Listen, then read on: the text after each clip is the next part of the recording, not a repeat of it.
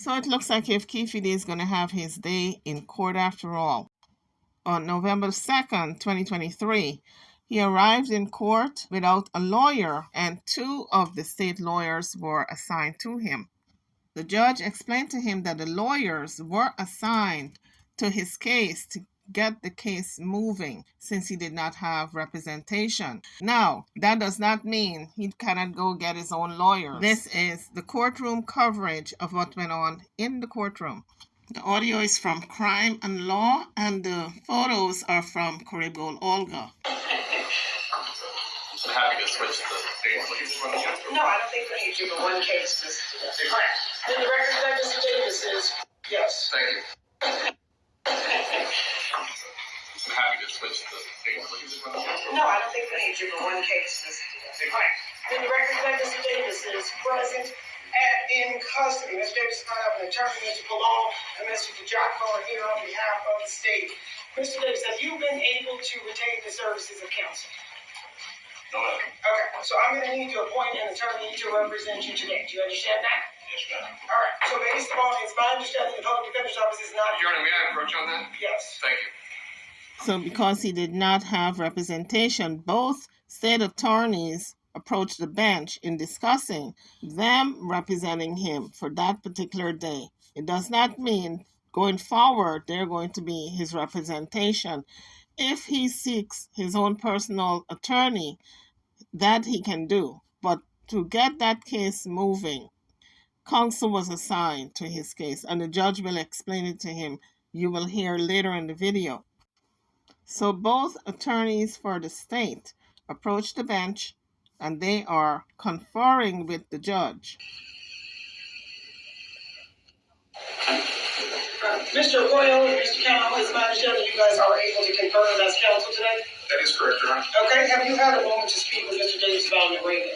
We did, Your Honor, this morning. Okay, are you prepared to go forward with the arraignment? Yes, today, Mr. Okay, before we get to that, we have one thing. Are you guys taking this to death review? Your Honor. And, okay, the state is not seeking going to death review on this, so are you prepared? Yes. Okay? Excuse me. Yes, Mr. What does Davis. that mean? Okay, I'm asking, in every murder case, in every first-degree murder case, I have to ask the state if they are going to commit it to a committee to try to seek the death penalty. I just asked them that, and they said no. Does that make sense? Okay. Okay, so in light of that, Mr. Davis, sir, what is your full name? Dwayne Q. Davis. How old are you? 60. How far did you go to school? I did like a year ago. Okay, I'm sorry, what was the last thing, sir? UCLA. Do you read, write, and understand the English language? Yes, ma'am. Sir, are you currently under the influence of any drugs, medication, or alcoholic beverages at this time? Around. Do you understand the proceedings that are happening here today? Yes, ma'am. Sir, are you familiar with the one charge that you're facing? Yes, ma'am. Do you understand that charge? Yes, ma'am. As to that charge, how do you plead, guilty or not guilty? Not guilty. Sir, you have the right to have a jury trial set within 60 days. Would you like to invoke or waive that right? Wait. Okay? And I would imagine he wants to waive the right to a speedy trial to gather evidence. But this is what holds up the system and clogs up the system.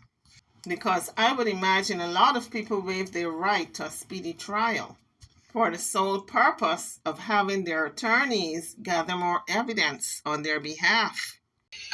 This case is going to be assigned to Department 2. This case is going to have a status check trial setting in Department 2. That date is? November 7th. Thank you, Your Honor. Okay. Thank you. Yes, sir.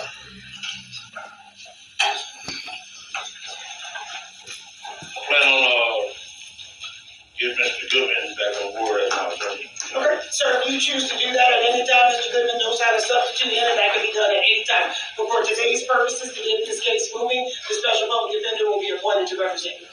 Okay? Thank you. Thank you, guys. Thank you, Your Honor. Mr. Lopez, Director, did you have anything else? No, thank you. Okay. Mr. Owens, are you ready? I am. Okay. Case in here. Very Brown, page 13 of it. Okay. Go to page 13. One second, Mr. Okay, what I'm going to do is make a quick statement. If there's a couple of questions, I'll take a couple of questions. So the hearing was over, A date is going to be set for the trial on November the 7th. The two public defendants are outside answering questions from reporters. The audio footage is made possible by Law and Crime. Guys, hit the like as you come onto the page, and don't forget to subscribe if you haven't done so as yet. Okay, 3, 2, 1. Okay, so today was pretty much just a formality. It was making sure that Mr. Davis had a lawyer.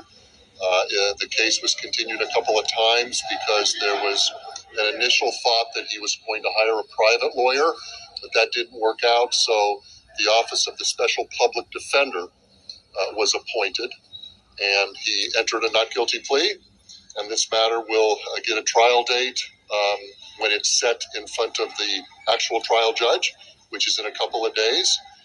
He did waive his right to a speedy trial, so I expect the trial date will be set sometime next year, and that's good. I think everybody wants this case to proceed through the criminal justice system. The prosecution certainly, and certainly Mr. Davis will have his opportunity to present whatever evidence he wishes to, and that's the way the criminal justice cases proceed through the criminal justice system. Newly appointed defendant speak for Mr. Davis, say there would be no death penalty in this case. That's a decision you make, isn't it? It is a decision, and this is a case that I and the committee discussed, and we determined that this was not the kind of case that should proceed with the seeking of the death penalty. Will you share with us what the thinking is on that? The thinking is that every case is unique, and this is a case where we didn't feel it was appropriate to seek the death penalty. There was comments from attorney speaking for Mr. Davis last time, spoke about weaknesses in the prosecution case. Mm-hmm. In particular, no car, no gun, no witnesses from 27 years ago. Do you want to respond to that? You know, there's always two perspectives in every single case. There's the perspective from the prosecution, and there's the perspective from the defense. That's why we have a criminal justice system. That's why we have jury trials, so that both sides can present their sides of the story.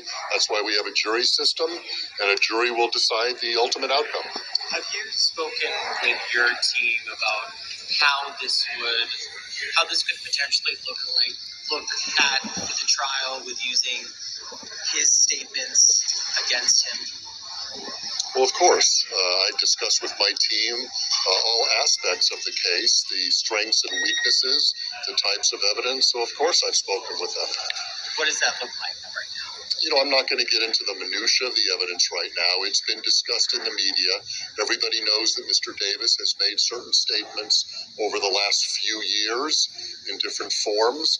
That is part of the presentation by the prosecution. But again, Mr. Davis has his right to his day in court, and we look forward to that day in court. Okay, that's it. Thank you. So on November the 2nd, Keefe showed up in court for his arraignment. An arraignment is the first step in a criminal proceeding where the defendant is brought in front of the court to hear the charges against him or her and enter a plea. And we heard Keefe's plea. He said not guilty. So that was the first step. That was day number 1. Day number 2 will be November 7th when he has to show up in court again for a set date for the trial. And you heard the attorney, it might be sometime next year because we're at the end of the year already. Keefe was asked if he wanted a speedy trial or not, and he did not want a speedy trial. So I guess that's giving him time to gather his evidence and get his team in place, his attorneys in place. But when you get out there and you make such statements that you handed the gun to your nephew for a hit, then I don't know what kind of evidence he would be gathering in his defense when he incriminated himself for many years now. So the first step is out the way, the arraignment. Now we are looking forward to the trial. His public attorney did say that he did not want to get into the minutia of the evidence when he was asked a particular question by a reporter, meaning he did not want to get into the fine detail of the evidence pre-trial. So guys, I'm going to tune in on the 7th to hear the trial date. That's what's coming up next, the 7th of November. So drop your comments. Don't forget to hit the like bell as you exit the page and turn on your notification bell as well as subscribe. If you haven't done so as yet, I'll see you all in the next one. Thank you for watching.